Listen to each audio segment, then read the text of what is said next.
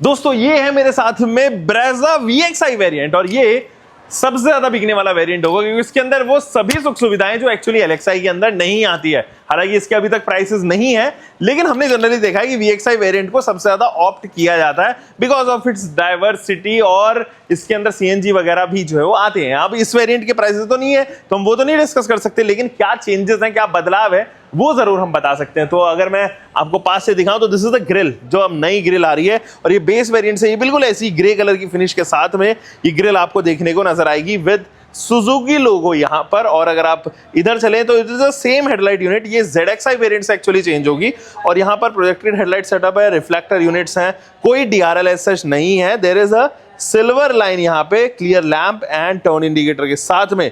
इस वेरिएंट में भी आपको फॉग लैंप यूनिट नहीं दी जाती, लेकिन एयर वेंट जरूर है भाई। उसके अलावा प्रोजेक्टेड हेडलाइट सेटअप के लिए फॉक्स क्लैडिंग आपको दी गई है, फॉक्स हाउसिंग दी गई है, जिसके अंदर आप विक्टोरियस जैसा मैं कहूं कि फॉग लैंप यूनिट दी जाएगी। इधर से भी सेट एंड फिनिश है, नीचे भी कोई ज्यादा बदलाव नहीं है।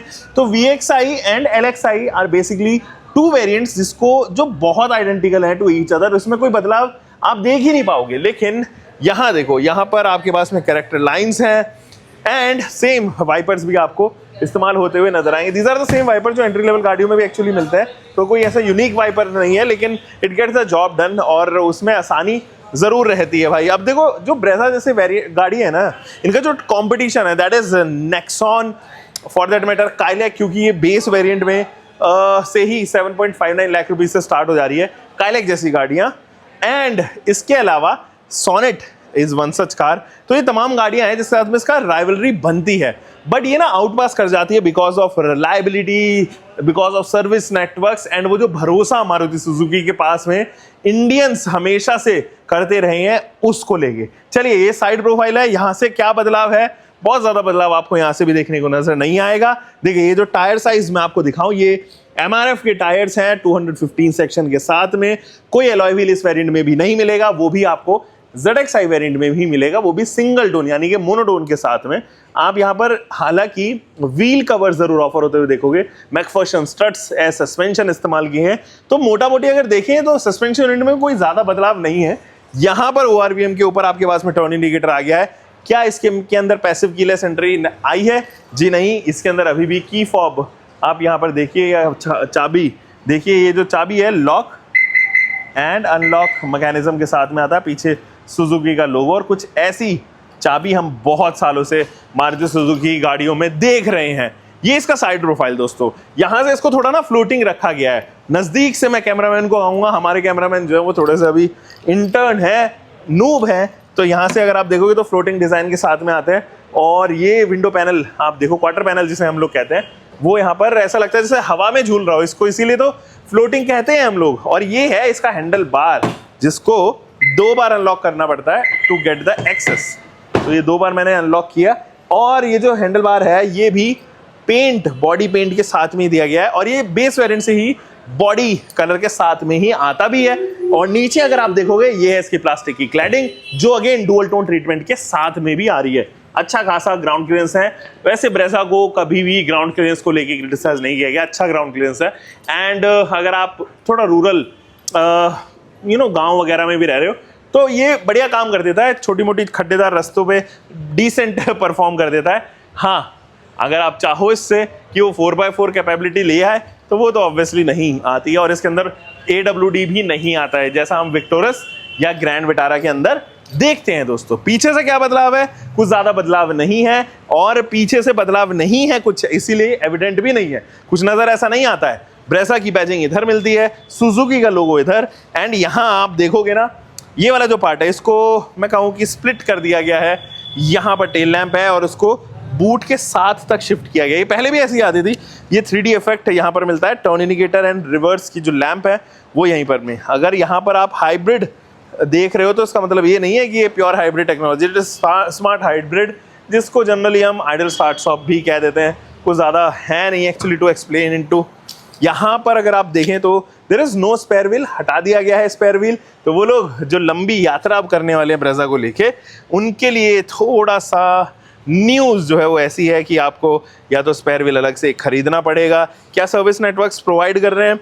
मेरी नज़र में अभी तक जो है वो नहीं कर रहे हैं, बट यहाँ पर टूल वगैरह आप तमाम देख पा रहे हो। ये चीज़ एक ऐसी चीज़ है ना कि आपके पास में एक स्पेयर व्हील एक्चुअली होना चाहिए। ओईएम इसको इग्नोर नहीं कर सकते, टाटा नहीं किया, फिर अभी आप देखो ईवीज के अंदर नहीं दे रही हैं कंपनीज, अब पेट्रोल ड्रिवन कार्स में या आइस में, सीएनजी कार्स में, इनके अंदर भी नहीं आ रहा है, जो इनको थोड़ा अनरिलायबिलिटी की तरफ खिसकाती हैं। क्योंकि जब आपके पास में एक एक्स्ट्रा पेयर नहीं होता है, अगर टायर आपका बस्ट हो गया हाईवेज पे या किसी ऐसी जगह पर सुनसान एरिया में जहां पर आप लगाना तो चाहते हो tyre, but because of this reason आपके पास में टायर ही नहीं है, तो वो थोड़ी सी गाड़ी को ओवरऑल अनरिलायबल जरूर बनाता है। नीचे से अगर आप देखेंगे तो आपके पास में रिफ्लेक्टर यूनिट है, 4 पार्किंग सेंसर्स हैं और डुअल टोन ट्रीटमेंट में ही इसको भी रखा गया है। यहाँ पर नेम नंबर प्लेट जो है वो आ जाएगी। इस वेरिएंट में से आप लकीली यहाँ पर जो है डिफॉगर यूनिट देखोगे, but there is no wiper set, high mounted stop lamp है and there is a shark fin antenna here. इस वेरिएंट में भी आपको किसी भी तरीके का सनरूफ नहीं मिलता है सैडली, तो अगर आप इसकी टॉप प्रोफाइल देखोगे तो वहां पर भी सनरूफ नहीं मिलेगा। बट अंदर क्या है दोस्तों, अंदर क्या है वो चेक करते हैं। देखिए मैं जैसे ही गाड़ी के अंदर जाऊंगा तो सबसे पहले ये वाला जो पैनल है इस पे अगर आप देखें तो यहाँ पर फैब्रिक जो है वो इंट्रोड्यूस हो गई है। There is a grab handle, यहाँ पर भी आपके पास में बटन्स हैं लॉक अनलॉक के एंड विंडो कंट्रोल के बटन्स जो है वो यहाँ पर दिए गए हैं। There is a bottle holder here, यहाँ पे है आपके पास में एक स्पीकर का सेट, यहाँ पे ट्विटर का सेट। और क्यों मैं बोल रहा हूँ, क्योंकि इस गाड़ी के अंदर अब आ गया है एक इंफोटेनमेंट सिस्टम। एंड ये जो इंफोटेनमेंट सिस्टम है कुछ ऐसा सुजुकी के लोगों के साथ में आप देख पाओगे। इसके एयर कंडीशनिंग यूनिट की ब्लोअर स्पीड को थोड़ा कम कर देते हैं। ये 7 इंचेस का क्लस्टर है जो हमने अक्सर बहुत सारी गाड़ियों में देखा है, स्विफ्ट वगैरह में, बलिनो वगैरह में, वैसा साइज का यूजर इंटरफेस भी है। कैंसिल कर देते हैं। और wireless inter auto, Apple CarPlay, ये तमाम चीज़ें तो आती हैं। बहुत ही सिंपल सा, इसके अंदर कोई भी आप ऐसा स्क्रीन वगैरह जो है वो चेंज नहीं कर सकते हो। ऊपर से ज़रूर इसको स्क्रॉल डाउन कर सकते हो और इसमें कुछ चीज़ें हैं जैसे call to contact, pair devices, ये तमाम चीज़ें। बाकी इसमें कुछ ऐसा नहीं है कि आपको लगे बहुत अलग है, ईजी टू यूज़ ज़रूर बनाता है। और इसीलिए हमारे पेरेंट्स के लिए, अगर आप अपनी पेरेंट्स के लिए गाड़ी खरीद रहे हो तो बिल्कुल सिंपल सा यूज़र इंटरफेस होने की वजह से उनको कॉम्प्लिकेशन ज़्यादा नहीं पसंद होती, तो इसलिए ये बेटर फील कराएगा आपको। यहाँ अगर आप देखेंगे तो आपके पास में ना ये पियानो फिनिशिंग आ गई है जो VXI वेरिएंट में नहीं आती है, बट इस वाले पार्ट को अभी भी इसके ऊपर हनीकॉम्ब स्ट्रक्चर जो है वो दिए गए हैं। ऑटोमेटिक क्लाइमेट कंट्रोल आपको बेस वेरिएंट से ही मिलता है। 12 volt DC supply and USB slot. भाई यहाँ पर अभी भी C टाइप स्लॉट नहीं आया है। मारुति कभी प्रायोरिटाइज भी नहीं करती, वैसे बहुत जल्दी से अपग्रेड नहीं करती अपने प्रोडक्ट्स को। यहाँ पर 6 गियर्स आ चुके हैं और ये गियर लीवर अब सुंदर हो गया है पहले से। आप इसको लिफ्ट करके इसको रिवर्स में भी डाल सकते हैं। यहाँ पे आपके पास में है मोबाइल होल्डर। इधर अगर आप देखेंगे तो 2 कैन होल्डर भी आपके पास में मिलेंगे। इधर भी आपके पास में एक्स्ट्रा स्पेस है। यहाँ अगर आप देखेंगे तो स्टीयरिंग व्हील है जिसमें लेफ्ट साइड में आपके पास में है ये कंट्रोल्स, प्लस माइनस का बटन जिससे आप वॉल्यूम प्लस माइनस करोगे, एंड म्यूट का बटन। इधर कॉल पिकअप एंड ड्रॉप है। एंड यहाँ अगर आप देखेंगे तो आपके पास में ये सैटिन फिनिशिंग है जो इस स्टीयरिंग व्हील को ना थोड़ा यूनिक, थोड़ा इनोवेटिव, अलग सा बना रहा है। यहाँ भी आप देखेंगे तो आपके पास में सेम ही इंस्ट्रूमेंट क्लस्टर है जो आपको VXI वेरिएंट, डेल XI वेरिएंट में मिलता है। टेकोमीटर, स्पीडोमीटर, बीच में fuel gauge and temperature gauge के साथ में odometer, trip meter, trip AB, ये सब चीज़ें। यहाँ पर भी मैनुअल IRVM आपके पास में ऑफर किया गया है। There is a mic here and again हम इस पैनल पे देखें तो यहाँ पर कार्ड होल्डर है आपके पास में, टिकट होल्डर जिसे कहते हैं। And there is a vanity mirror without any light. यहाँ भी लाइट जो है वो नहीं है। ग्लव बॉक्स के तौर पे बहुत बड़ा सा ग्लव बॉक्स आपको मिलेगा। There is no armrest. मैं एक्सपेक्ट कर रहा था इस वेरिएंट में आर्मरेस्ट आ जाएगा, बट नहीं है। ओवरऑल ठीक है, मतलब इंटीरियर्स वगैरह, इंटीरियर का लेआउट वगैरह कुछ ज़्यादा ऐसा इनोवेटिव तो नहीं लगेगा आपको क्योंकि चेंजेस भी एक्चुअली नहीं आए हैं, बट ठीक है, डिसेंट आपको जो है वो चेंजेस इसमें मुख्य तौर पे देखने को नजर आएंगे। कुछ ज़्यादा नहीं है बदलाव। चलिए क्या कर सकते हैं हम, आपको सीट्स दिखा सकते हैं। ये सीट्स VXI वेरिएंट में भी यही इसी टोन में आता है, ब्राउनिश फिनिशिंग के साथ में ब्लैक टोन, एंड ये कंट्रास्ट देता है इसके साथ में। तो कंफर्टेबल सीट्स हैं, वैसे कोई समस्या नहीं है इन सीट्स के साथ में, इसीलिए मैं आपको सेकंड रो कंफर्ट दिखाता हूँ। तो चलिए जी इंटीरियर्स में चलते हैं और इजी इनग्रेस है। ये वाली जो सीट है, मेरी हाइट 5 फुट 10 इंच है, उसके हिसाब से मैंने एडजस्ट की हुई है। हालांकि ये वाली पहले से ही प्री एडजस्टेड थी, तो कुछ ज़्यादा कह नहीं सकते। But knee room and leg room is good enough, मतलब नी रूम ठीक है, लेग रूम काफ़ी ठीक है, काफ़ी अच्छा है मैं कहूँगा। और हेडरूम के मामले में भी आपको हेडरूम अच्छा खासा मिलता है, तो ये कमाल की चीज़ है। Grab handle with a coat hook. क्या इस वेरिएंट में आर्मरेस्ट आया है? जी नहीं, इस वेरिएंट में भी आर्मरेस्ट नहीं आया है, लेकिन ये हेडरेस्ट का जो डिज़ाइन है ये मुझे थोड़ा सा डिफरेंट लग रहा है। और ये एप्ट है, बिल्कुल सही पोजीशन जो है वो ले लेता है। अन्यथा सपोर्ट इज़ गुड, उसमें भी कोई समस्या नहीं है। एक चीज़ और, यहाँ पर अगर मैं आपको दिखाऊं तो यहाँ पे एसी के वेंट्स तो आपको मिलते हैं, but there is no power supply. कोई 12 वोल्ट नहीं है, कोई USB-C टाइप नहीं है। बट आप यहाँ अगर देखें तो आपके पास में छोटा सा फ्लोर हम्प ज़रूर मिलता हुआ आपको नज़र आता है दोस्तों। ओवरऑल शोल्डर रूम बढ़िया है, 2 लोग तो बहुत बेहतरीन तरीके से कंफर्टेबली लॉन्ग डिस्टेंस कवर करते हुए जाएंगे। बट बीच वाले इंसान को थोड़ा सा महसूस होगा कि उसके जो शोल्डर्स हैं वो यहाँ पर रब हो रहे हैं, वो चीज़ें आपको ज़रूर रिफ्लेक्ट होगी। बिकॉज ये है भी तो 4 मीटर के अंदर वाले आने वाली गाड़ी है ना, तो आप लेंथ में तो ऑब्वियसली इसको कॉम्पैक्ट रखोगे। विड्थ भी इसकी बहुत ज़्यादा एक्चुअली नहीं है, तो रहती भी नहीं है कॉम्पैक्ट एसयूवीज़ की, अगर हम जनरल तौर पे देखें तो।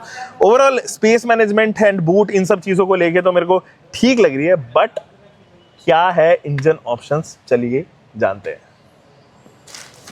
देखो, वो लोग जो हमेशा से 2 इंजन चाह रहे थे, अब ब्रेजा के अंदर फाइनली 2 इंजन आ गया है।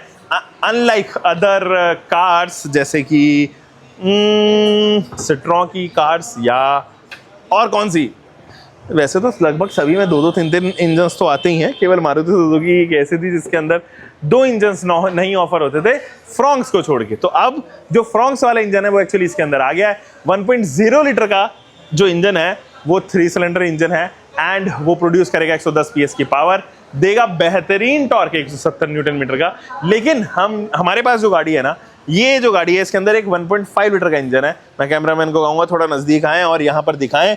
ये जो 1.5 लीटर का इंजन है ये 4 सिलेंडर इंजन है। बहुत टाइम से जो है वो यहाँ पर मारुति सुजुकी इसके साथ में अलग अलग गाड़ियों के अंदर ये इंजन को दे रही थी, जिनमें से अर्टिगा भी है, विक्टोरस है, ग्रैंड विटारा है, एंड इसको आउटसोर्स भी कर रही थी, जो उनका जॉइंट वेंचर है टोयोटा के साथ में, उन गाड़ियों के साथ में।